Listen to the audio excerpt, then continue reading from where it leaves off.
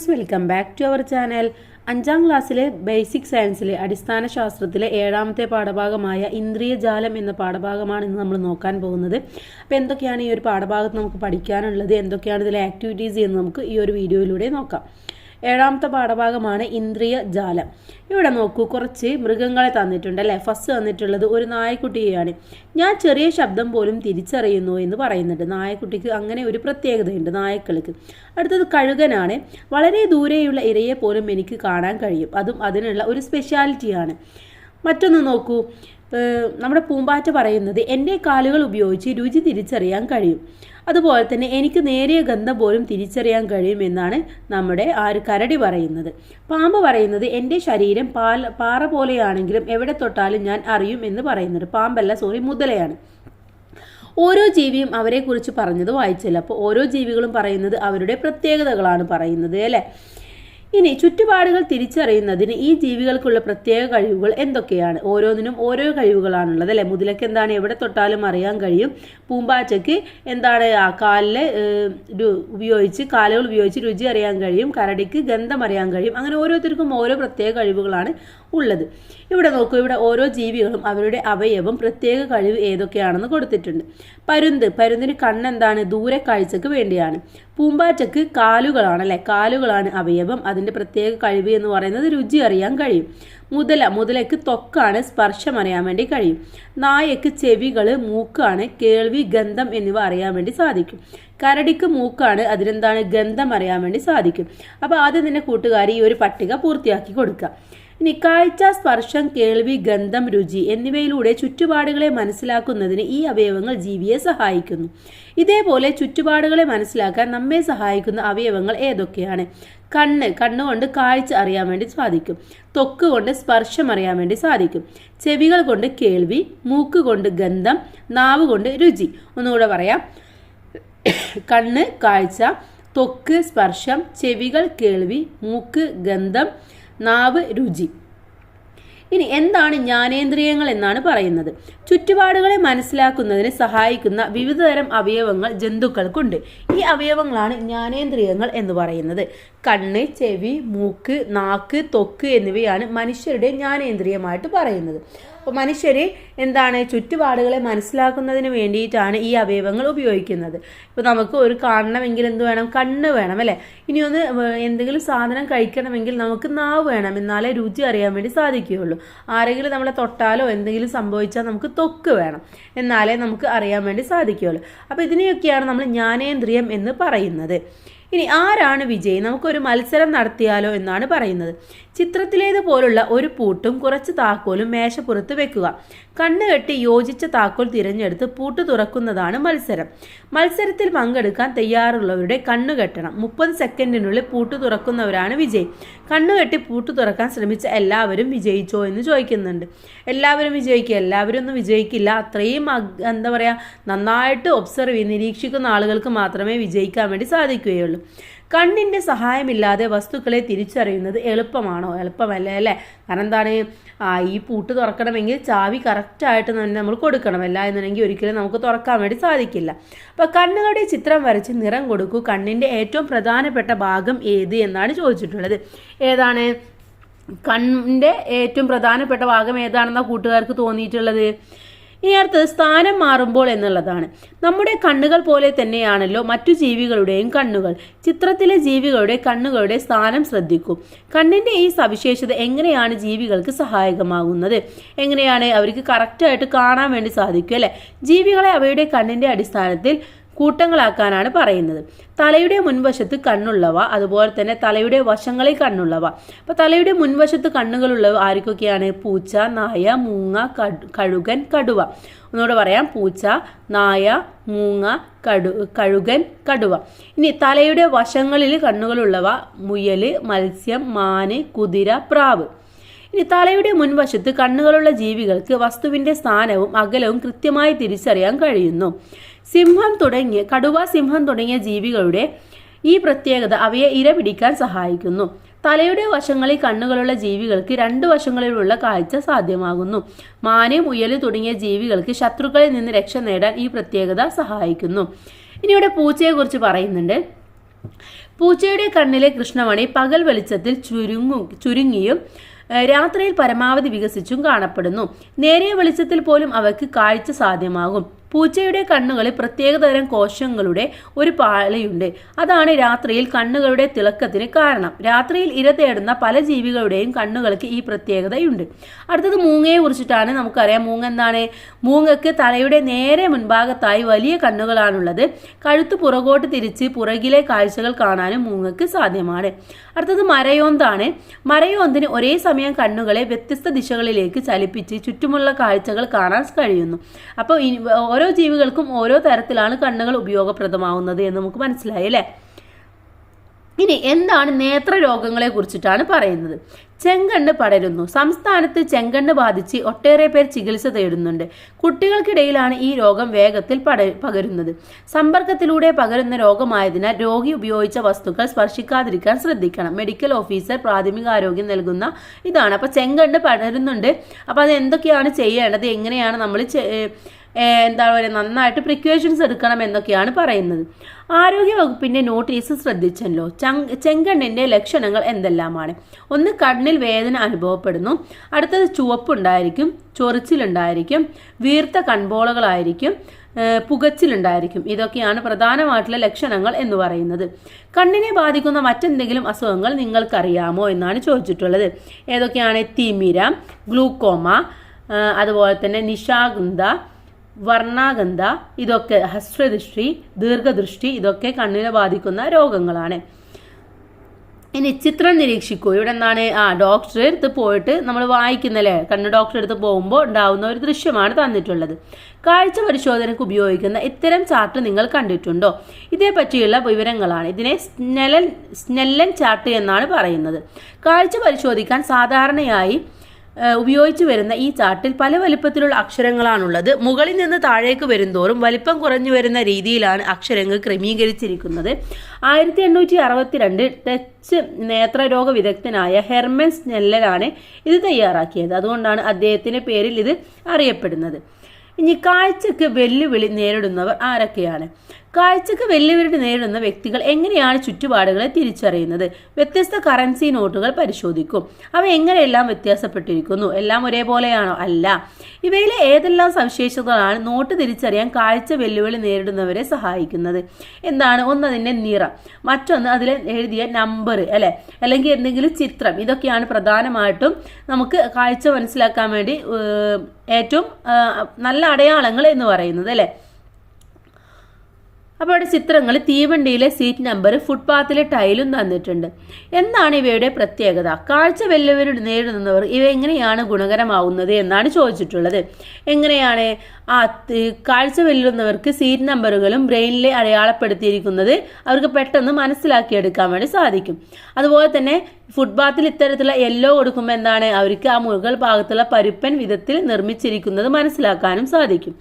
ഇവരെ സഹായിക്കുന്ന എന്തെല്ലാം പ്രത്യേകതകളാണ് മൊബൈൽ ഫോണ്, വാച്ച്, കമ്പ്യൂട്ടർ തുടങ്ങിയ ഉപകരണങ്ങളിൽ ഉള്ളത് എന്ന് ചോദിച്ചിട്ടുണ്ട്. എന്തൊക്കെയുണ്ട്? ഇതുപോലെ തന്നെ വൈറ്റ് കെയിലുണ്ട്. അതുപോലെ തന്നെ ഇത്തരത്തിലുള്ള ചിത്രങ്ങളും കാര്യങ്ങളൊക്കെ ഉപയോഗിക്കാൻ പറ്റുന്നതാണ്. ഇവർക്ക് സഹായകമായ മറ്റെന്തെല്ലാം സംവിധാനങ്ങളാണ് ഉള്ളത്? ഇത്തരത്തിൽ എന്താണ്, ചെവി കേൾക്കാൻ, കണ്ണ് കാണാൻ പറ്റാത്തവർക്ക് സ്പർശനത്തിലൂടെ മനസ്സിലാക്കാൻ പറ്റുന്ന ഒരുപാട് സംഭവങ്ങളുണ്ട്. ഇത്തരത്തിലുള്ള വടികളും കാര്യങ്ങളൊക്കെ ഉപയോഗിക്കുന്നത് നന്നായിരിക്കും. ശാസ്ത്ര സാങ്കേതിക വിദ്യകളിലുള്ള വളർച്ച ഇവയിൽ വരുത്തിയ മാറ്റങ്ങൾക്ക് ഉദാഹരണമാണ് സ്മാർട്ട് കെയിനും ഡിജിറ്റൽ ബ്രെയിൻ സ്ലേറ്റും. ഈ ഉപകരണങ്ങളുടെ സവിശേഷതകളെ കുറിച്ച് കൂടുതൽ മനസ്സിലാക്കാനാണ്. എന്താണ് സ്മാർട്ട് കെയിൻ എന്ന് പറഞ്ഞാൽ? ഇത് വഴി കണ്ടെത്താനാണ്. കൂടുതൽ എളുപ്പത്തിൽ വഴി കണ്ടെത്താൻ സഹായിക്കുന്നു. അതുപോലെ തന്നെ അൾട്രാസോണിക്, ഇൻഫ്രാറെഡ് സെൻസറുകൾ ഉപയോഗിച്ച് തത്സമയം തടസ്സങ്ങൾ കണ്ടെത്താൻ വേണ്ടി പറ്റും. സ്മാർട്ട് കെയിനുകൾക്ക് ബ്ലൂടൂത്ത് വഴി സ്മാർട്ട് ഫോണുകളിലേക്കോ മറ്റു ഉപകരണങ്ങളിലേക്കോ കണക്ട് ചെയ്യാനാകും. താഴെ വീഴുകയും എഴുന്നേൽക്കാൻ കഴിയാതെ വരികയും ചെയ്താൽ ബന്ധപ്പെട്ടവരെ വിവരം അറിയിക്കാനും ഇതിലൂടെ സാധിക്കും. ക്രമീകരിക്കാവുന്ന ഉയരം, വ്യത്യസ്ത ഹാൻഡ് ഗ്രിപ്പുകളെ, വിവിധ സെൻസറി ഫീഡ്ബാക്ക് ക്രമീകരണങ്ങളെല്ലാം ഇതിലുണ്ട്. ഇനി യാത്ര ചെയ്ത ദൂരം, നടത്ത വേഗത, നേരിടുന്ന തടസ്സങ്ങളുടെ വിവരങ്ങൾ തുടങ്ങിയവ ശേഖരിക്കാനും ഇവയ്ക്ക് സാധിക്കും. ഇതിനൊക്കെയാണ് നമ്മൾ സ്മാർട്ട് കെയിൻ ഉപയോഗിക്കുന്നത്. അടുത്തത് ആരോഗ്യ വകുപ്പിന്റെ ലഘുരേഖയിൽ ചിത്രങ്ങളും നിർദ്ദേശങ്ങളും നോക്കും. എന്താണ്? സൂക്ഷിച്ചാൽ മതി, ദീർഘനാൾ കാണാം എന്നാണ് പറയുന്നത്. എന്തൊക്കെയാണ് അവർ പറയുന്നത്?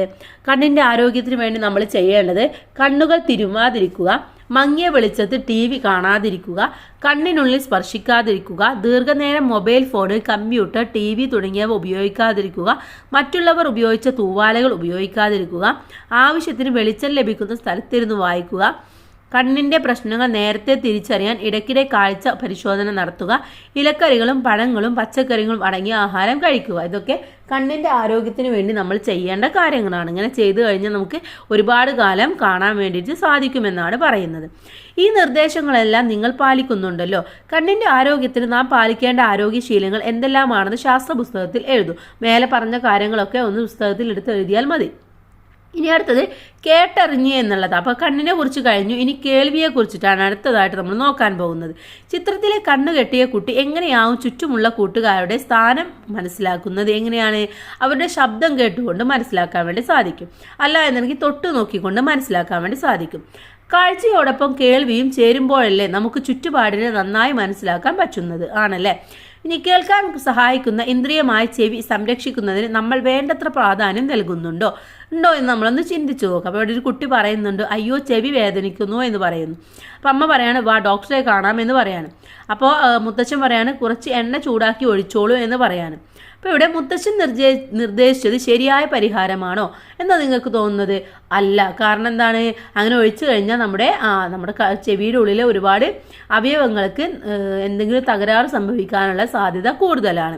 ഇത്തരം സന്ദർഭങ്ങളിൽ നമ്മൾ എന്താണ് ചെയ്യേണ്ടത്? എന്ത് ചെയ്യണം? നേരിട്ടും ഫോൺ വഴിയും ആരോഗ്യ വിദഗ്ധരുടെ സേവനം എല്ലായിടത്തും ലഭ്യമാകുന്ന ഇക്കാലത്ത് ശാസ്ത്രീയ അടിത്തറയില്ലാത്ത ചികിത്സാ രീതികൾ പിന്തുടരരുത്. ആരോഗ്യ വിദഗ്ധരുടെ നിർദ്ദേശപ്രകാരം മാത്രമേ ചെവിയിൽ മരുന്നുകൾ ഉപയോഗിക്കാവൂ. സ്വയം ചികിത്സ അപകടമാണ്. കേൾവിശക്തി നഷ്ടപ്പെടാൻ പോലും ഇത് കാരണമാകും. ചെവിക്കുള്ളിൽ വെള്ളം കയറുന്നത് ചെവിയിൽ അണുബാധയുണ്ടാക്കുമെന്നറിയാമോ? ഇത് ചെവി വേദനക്കും ചിലപ്പോൾ കേൾവി കുറവിനും കാരണമായേക്കാം. അപ്പം അതുകൊണ്ട് ഒരിക്കലും നമ്മൾ ഇത്തരത്തിലുള്ള അശാസ്ത്രീയമായിട്ടുള്ള ഒരു ചികിത്സയും ചെയ്യരുത്. ഇത്തരം പ്രശ്നങ്ങൾ ഒഴിവാക്കാൻ നമ്മൾ എന്തെല്ലാം കാര്യങ്ങൾ ശ്രദ്ധിക്കണം? പെൻസിൽ, പേന, തീപ്പെട്ടിക്കൊള്ളി, സേഫ്റ്റി പിൻ തുടങ്ങിയ ഒരു വസ്തുവും ചെവിയിൽ ഇടരുത്. പിന്നെ എന്ത് ചെയ്യണം? വലിയ ശബ്ദങ്ങൾ നമ്മൾ ഒഴിവാക്കണം. വലിയ ശബ്ദമുള്ളിടത്തൊന്നും നമ്മൾ പോയി നിൽക്കുകയോ കേൾക്കുകയോ ചെയ്യരുത്. അതുപോലെ തന്നെ ചെവി എപ്പോഴും വൃത്തിയായി സൂക്ഷിക്കാനും നമ്മൾ ശ്രദ്ധിക്കണം. അപ്പോൾ ഈ രണ്ട് കാര്യങ്ങളും നമ്മൾ ശ്രദ്ധിക്കുക.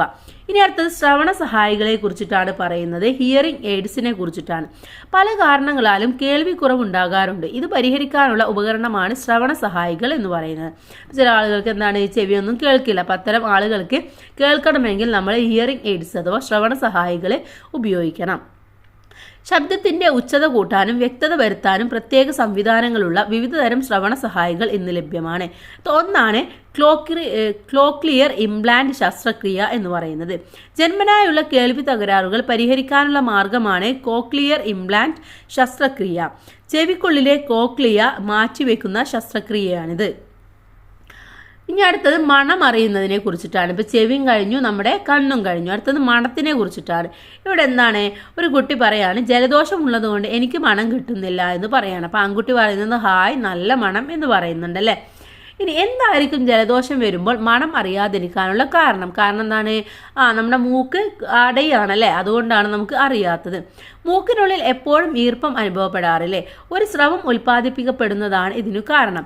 മൂക്കിലെത്തുന്ന പൊടിപടലങ്ങളും രോഗാണുക്കളും നീക്കം ചെയ്യലാണ് ഈ സ്രവത്തിന്റെ ധർമ്മം. വൈറസ് ബാധ ഉണ്ടാകുമ്പോൾ ഈ സ്രവം കൂടുതൽ ഉൽപ്പാദിപ്പിക്കപ്പെടുന്ന അവസ്ഥയാണ് ജലദോഷം എന്ന് പറയുന്നത്. അപ്പോൾ ഓൾറെഡി എന്തായാലും നമ്മുടെ മൂക്കിൽ ആ ഒരു സ്രവം ഉണ്ടായിരിക്കും, പക്ഷേ ജലദോഷം വരുമ്പോൾ അത് കൂടുതലായിട്ട് വരും. അപ്പം അത് അടയുകയാണ് ചെയ്യുന്നത്. കൂടുതൽ സ്രവം ഉണ്ടാകുമ്പോൾ മണമറിയാൻ സഹായിക്കുന്ന കോശങ്ങളിലേക്ക് ഗന്ധകണികകൾ എത്താതാവും. അതുകൊണ്ടാണ് മണമറിയാത്തത്. ചുറ്റുപാടിനെ അറിയാൻ കാഴ്ചയും കേൾവിയും പോലെ ഗന്ധവും സഹായിക്കുന്നുണ്ടോ? എന്താണ് സഹായിക്കുന്നുണ്ട് അല്ലേ? നമുക്ക് മൂക്കും കൂടെ ഉണ്ടായാലാണ് നമുക്ക് നല്ല രീതിയിൽ എല്ലാം മനസ്സിലാക്കിയെടുക്കാൻ വേണ്ടി സാധിക്കുകയുള്ളൂ. മണമറിയാൻ മാത്രമല്ല ശ്വസിക്കാനും മൂക്ക് ആവശ്യമല്ലേ? മൂക്കിന്റെ സംരക്ഷണത്തിനായി എന്തെല്ലാം ശ്രദ്ധിക്കണം? ഒന്ന്, മൂക്കിൽ യാതൊരുവിധ വസ്തുക്കളും ഇടരുത്. ശക്തിയായ മൂക്ക് ചീറ്റരുത്. പിന്നെന്താണ്, അണുബാധകളിൽ നിന്ന് മൂക്കിനെ വൃത്തിയായി സംരക്ഷിക്കണം. ഇതൊക്കെ നമ്മൾ ചെയ്യേണ്ട കാര്യമാണ്. ഇനി തുമ്മുമ്പോഴും ചുമക്കുമ്പോഴും മൂക്കിൽ നിന്നും വായിൽ നിന്നും സ്രവക്കണികകൾ മറ്റുള്ളവരുടെ ശരീരത്തിൽ വീഴാൻ സാധ്യതയുണ്ട്. ഇത് ഒഴിവാക്കാൻ എന്തെല്ലാം ശ്രദ്ധിക്കണം? ഒന്ന്, വൃത്തിയുള്ള തൂവാല കൊണ്ട് വായും മൂക്കും പൊത്തിപ്പിടിക്കുക. മറ്റൊന്ന്, ഒരാൾ ഉപയോഗിച്ച തൂവാല മറ്റുള്ളവർ ഉപയോഗിക്കരുത്. കൂടാതെ ഉപയോഗശേഷം ആ ടിഷ്യൂ ചവറ്റുകൊട്ടയിൽ ഇടാനും ശ്രദ്ധിക്കണം. അവിടെ ഇവിടെ ഇട്ട് കഴിഞ്ഞാൽ അത് വീണ്ടും എടുക്കും. അപ്പോൾ ആ സ്രവം മറ്റുള്ളവരുടെ ശരീരത്തിൽ എത്താനുള്ള ചാൻസ് കൂടുതലാണ്. ഇനി എന്ത് രുചി എന്നാണ് ഇവിടെ.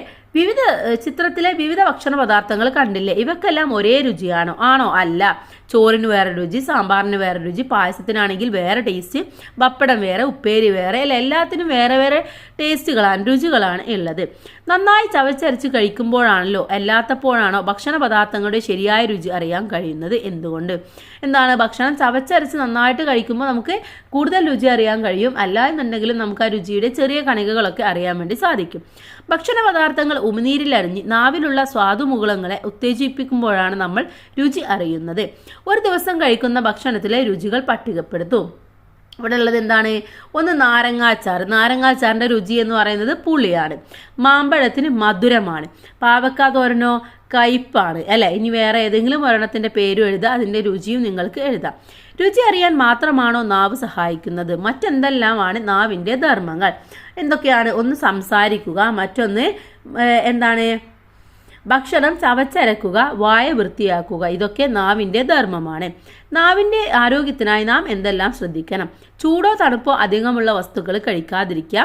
ശക്തിയായിട്ട് നാവ് വടിക്കരുത്. ഇതൊക്കെ ശ്രദ്ധിച്ചാൽ നാവിന് നല്ല ആരോഗ്യം ഉണ്ടാകും. ഇനി തൊട്ടറിഞ്ഞ്. മേശപ്പുറത്ത് പന്ത്, പല ആകൃതിയിലുള്ള മുത്തുകൾ, തണുത്ത വെള്ളം, മിനുസമുള്ള കല്ല്, പരുപരുത്ത കല്ല് എന്നിവ വെച്ചിരിക്കുന്നത് കണ്ടില്ലേ? ഒരു കുട്ടിയുടെ കണ്ണുകെട്ടി ഇവയോരോന്നും സ്പർശിക്കാൻ ആവശ്യപ്പെട്ടാലോ? ഓരോ വസ്തുവും ഏതെന്ന് തൊട്ട് പറയണം. ചെയ്തു നോക്കൂ. ഇതെന്താ? തൊട്ട് നോക്കിയാൽ അറിയാൻ പറ്റുമോ? അറിയാൻ പറ്റില്ല. ഒരു ഇതൊക്കെ നമുക്ക് അറിയാൻ പറ്റും. അത് ഒന്ന് പന്താണ്. പന്ത് നമുക്ക് തൊട്ടാൽ ആ ഒരു വൃത്താകൃതിയിൽ കണ്ടാൽ നമുക്ക് മനസ്സിലാക്കാൻ പറ്റും. മുത്തും അറിയാൻ പറ്റും, തണുത്ത വെള്ളവും നമുക്ക് അറിയാൻ പറ്റും.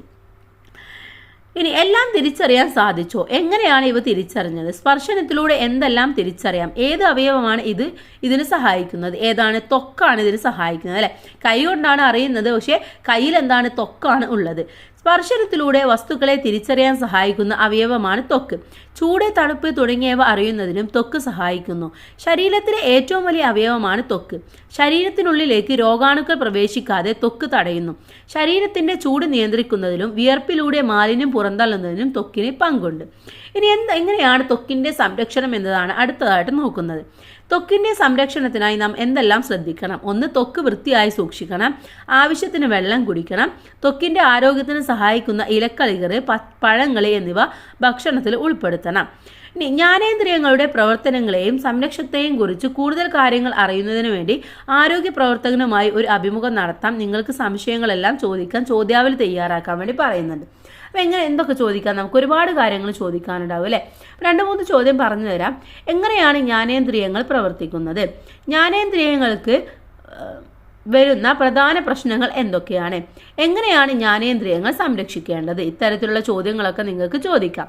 അഭിമുഖത്തിലൂടെ ലഭിച്ച വിവരങ്ങൾ ശാസ്ത്ര പുസ്തകത്തിൽ ക്രോഡീകരിച്ച് എഴുതും. 5 ഇന്ദ്രിയങ്ങളുടെയും സംരക്ഷണത്തിന് ശ്രദ്ധിക്കേണ്ട കാര്യങ്ങൾ ചാർട്ടിൽ എഴുതി ക്ലാസ്സിൽ പ്രദർശിപ്പിക്കാനും പറയുന്നുണ്ട്.